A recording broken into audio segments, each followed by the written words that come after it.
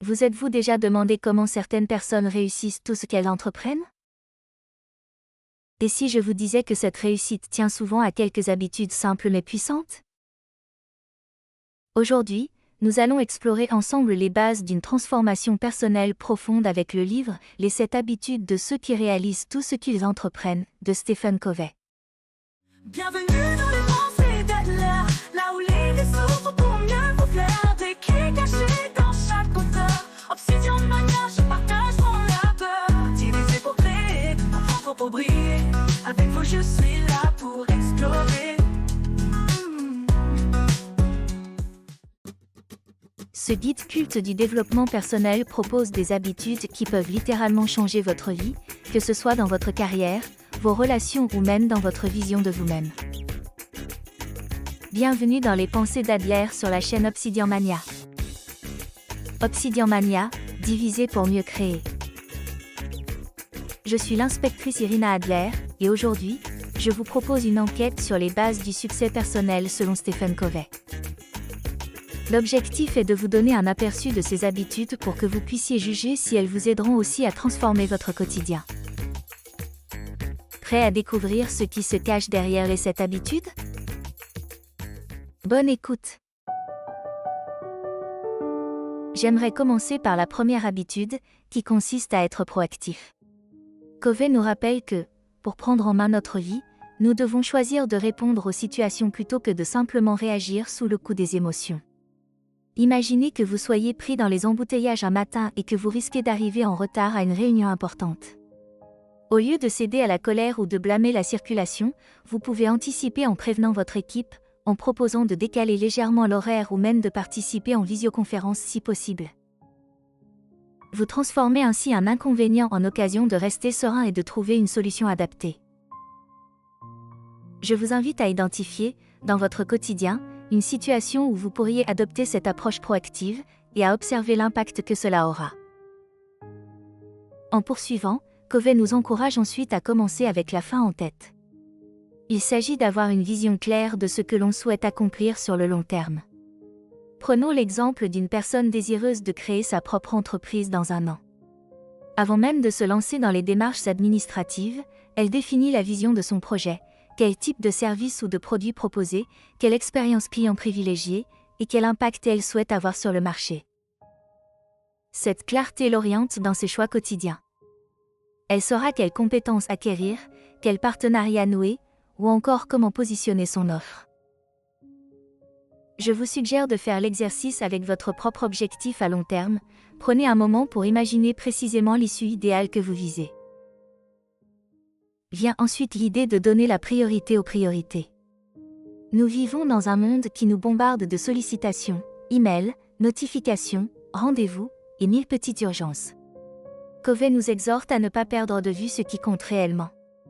Si, par exemple, votre priorité est de progresser dans une nouvelle compétence, comme l'illustration graphique, vous pourriez bloquer un créneau chaque matin pour pratiquer, même si personne ne vous y oblige et même s'il y a des messages en attente ou des tâches moins importantes qui pourraient vous distraire.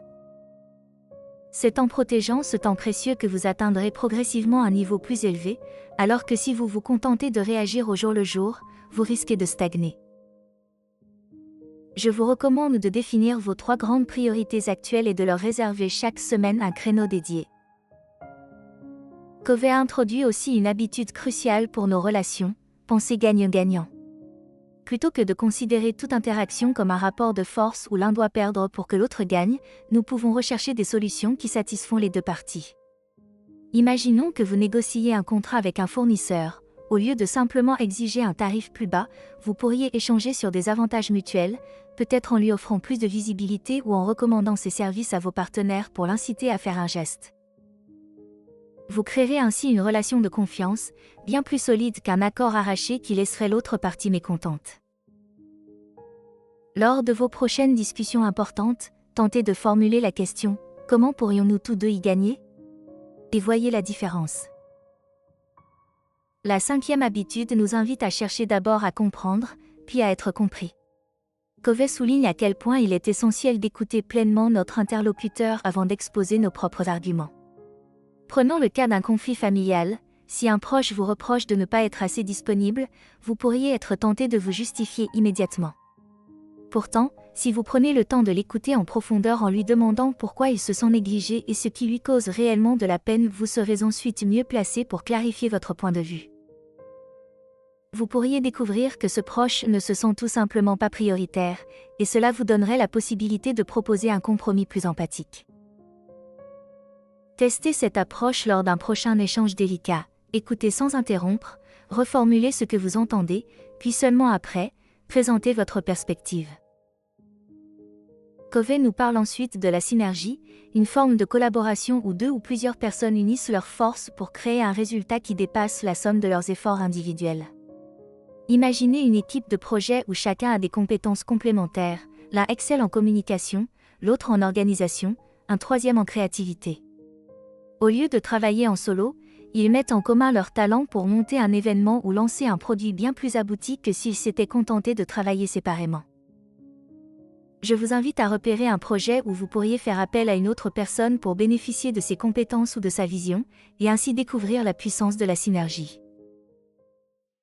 Enfin, la 7e habitude est d'aiguiser ses facultés. Covey insiste sur l'importance de prendre soin de nous-mêmes pour rester performants et épanouis sur la durée. Cela concerne aussi bien la santé physique, faire du sport, manger équilibré, dormir suffisamment, que la santé mentale, pratiquer la méditation, lire des livres inspirants, ou tout simplement prendre le temps de décompresser. Imaginons une personne qui se sent épuisée en fin de journée.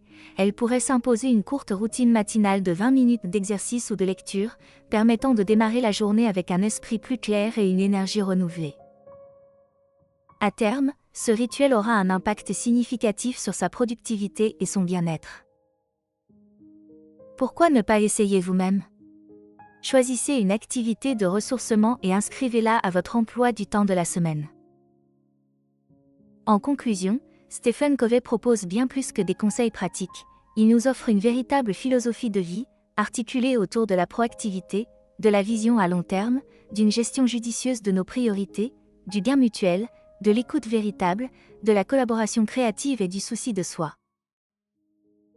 Si ces principes résonnent en vous, je vous invite vivement à plonger dans ce livre et à en mettre les enseignements en pratique.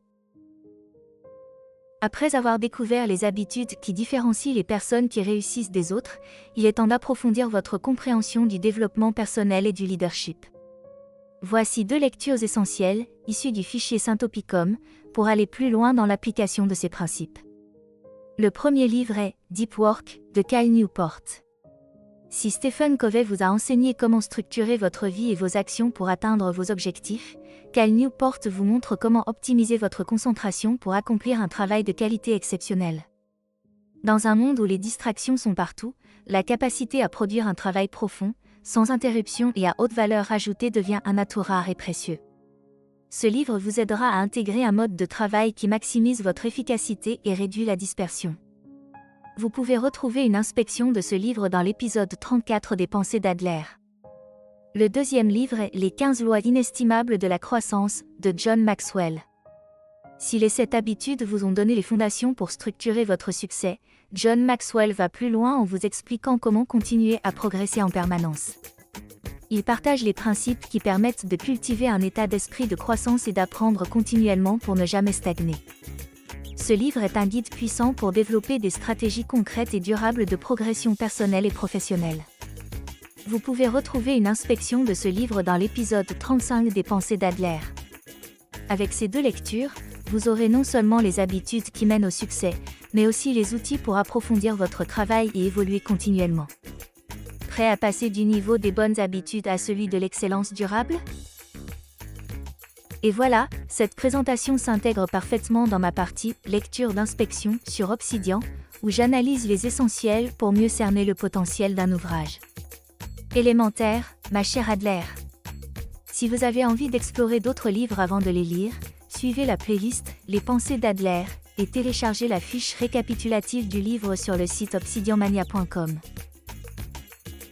Dans le prochain épisode, nous allons plonger dans l'éducation financière que vous auriez aimé recevoir à l'école. Robert Kiyosaki nous confronte aux mentalités qui nous emprisonnent et nous révèle comment penser comme un investisseur. Un livre qui peut littéralement changer votre vie financière.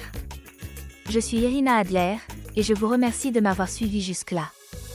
À très bientôt pour une prochaine enquête littéraire. J'ai trouvé mon perdu et des vérités. Ces histoires murmurent ce que l'on a oublié. Dans chaque texte, une danse, une lumière. Écrire et lire, c'est une douce prière. Bienvenue dans les pensées d'Adler, là où les s'ouvrent pour mieux vous plaire. Des clés cachées dans chaque auteur. Obsidian de manière, je partage mon labeur. Divisé pour créer, en propre pour briller. Avec vos yeux, je suis